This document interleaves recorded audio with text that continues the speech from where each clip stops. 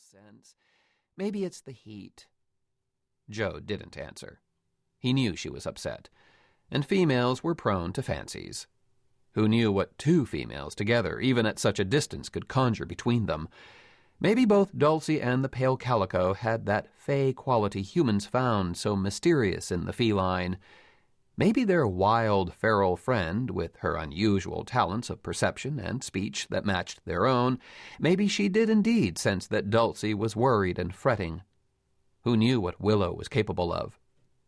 But Dulcie was worrying over nothing, as far as Joe could see. Dulcie's human housemate had gone off before for the weekend, driving up the coast to the city, and Dulcie had never fretted as she did now. Now, Dulcie thought she had a reason, and Joe looked at her intently. "Prisoners have escaped from jail before, Dulcie. That and the fact that Wilma is later than she promised does not add up to disaster. You're building a mountain out of pebbles." Dulcie turned, hissing at him. "Cage Jones better keep away from her. Wilma's done with supervising him and too many badass convicts like him, done with the kind of stress they dumped on her for 20 years. She doesn't need any more ugly tangles and ugly people messing up her life."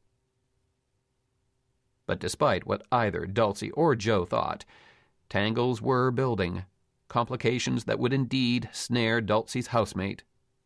The scenario had started 2 months earlier on the East Coast, when an old man entered the continental U.S.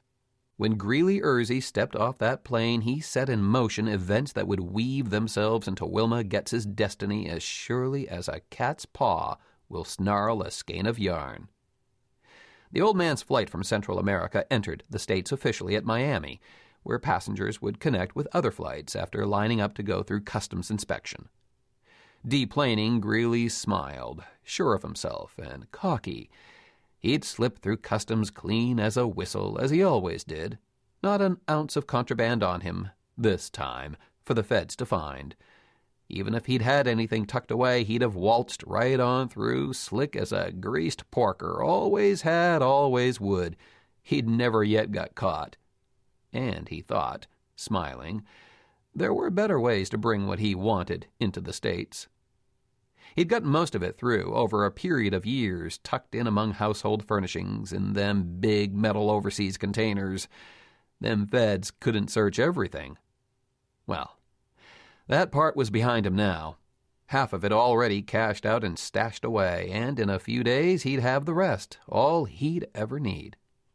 He didn't live high like some of them fancy international types, high on the hog and dangerous. He fidgeted and shuffled through the long, tedious customs line with its pushy feds and too many nosy damn questions. But after that hassle, he still had a good share of the 4-hour layover to do as he pleased. Enough time for the one important phone call, make sure his contact was in place. Then a couple of drinks and a decent meal instead of them cold airline snacks you had to pay for. Sure as hell not like the old days on Pan Am. Free champagne if he flew first class, a nice filet and fancy potatoes, all included in the price of your flight, good Colombian coffee, and a rich dessert.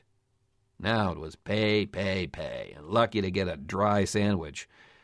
Even customs in the old days didn't make all this fuss.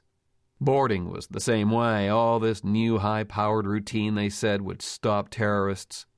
So high-tech that for a while there they were stopping babies in arms from boarding, refusing to let toddlers in diapers on the plane if they didn't have all the right ID. Sure as hell, the world had seen better days. He had boarded in Panama City at 7 a.m., and now, approaching the Bay Area and nearly supper time, his whiskers itched and his rough gray hair tickled under his collar. The flight from Central America seemed longer every time he took it, though he didn't return to the States often. He had gone to work for the Panama Canal Company when he was 20, and then later for the Panamanian government, a 40-year hitch altogether. Now, at last, with a little fast footwork, he was getting together the kind of retirement money that would let him laugh at the rest of the world. Well, he sure as hell wasn't retiring stateside.